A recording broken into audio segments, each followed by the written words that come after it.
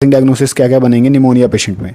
तो पहला डायग्नोसिस बनेगा ineffective airway clearance related to tracheobronchial secretions as evidenced by productive cough, adventitious breath sounds and dyspnoea. Second बनेगा impaired gas exchange related to alveolar capillary membrane changes as evidenced by hypoxemia, जिसमें SpO2 जो है वो less than 90% है, ठीक है, और cyanosis हो रहा है, ब्लूइश डिस्कलरेशन हो रहा है, ठीक है। Ineffective breathing pattern related to pain and fatigue as evidenced by tachypnea, shallow respirations and use of accessory muscles.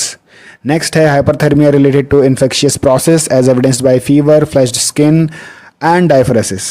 And last है activity intolerance related to imbalance between oxygen supply and demand as evidenced by fatigue, dyspnea on excretion and tachycardia, ठीक है। तो ये आपके diagnosis बन जाते हैं और डायग्नोसिस को हम अब एक्सप्लेन करेंगे।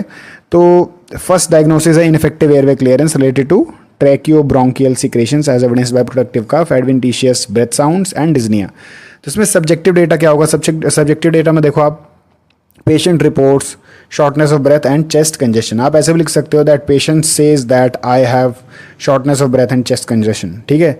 ऑब्जेक्टिव डेटा में आप क्या लिखोगे? आपने क्या ऑब्जर्व किया ऑब्जेक्टिव डेटा में वो लिखोगे। Productive cough with thick sputum, adventitious breath sounds, dyspnea and use of accessory muscles. तो ये आपने ऑब्जर्व किया है, ठीक है। इससे आप कंफर्म करोगे कि पेशेंट को वही परेशानी है जो पेशेंट बता रहा है, ठीक है। इसके बाद ineffective airway clearance related to tracheobronchial secretion, इसी डायग्नोसिस पे आपकी सारी प्लानिंग बननी है, ठीक है। अब आ जाते हैं गोल पे। तो गोल आप एक सिंगल लाइन में भी लिख सकते हो कि that effective airway clearance will be maintained, ठीक है, या नॉर्मल या airway patency will be maintained. ऐसा एक सिंगल लाइन में भी आप गोल लिख सकते हो, अदरवाइज जो गोल हमने लिखा है वो भी आप यूज़ कर सकते हो। फिर उसके बाद आ जाते हैं प्लानिंग पे। सबसे पहला जो हमारा प्लानिंग है वो है monitor respiratory sounds and breath sounds. फिर सेकंड है assess sputum characteristics, encourage coughing and deep breathing, maintain hydration, then administer prescribed medications, provide chest physiotherapy if indicated, position in semi या फिर high Fowler position and provide oxygenation and मतलब oxygen therapy और उसका SpO2 monitor करना। ये आपका सब planning बनेगा, इसी पे बेस्ड इंटरवेंशन बनेगा।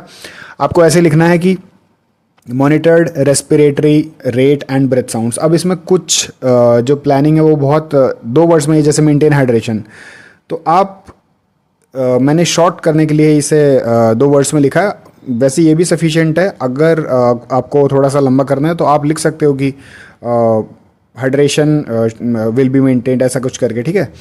आप प्लानिंग में थोड़ा सा इसे बढ़ा सकते हो, otherwise maintain hydration is just okay. आप स्क्रीन पे देख रहे होगे maintain hydration is just okay, उतना में आपका काम हो जाएगा। बस आपको जो भी एक्शन आपको करना है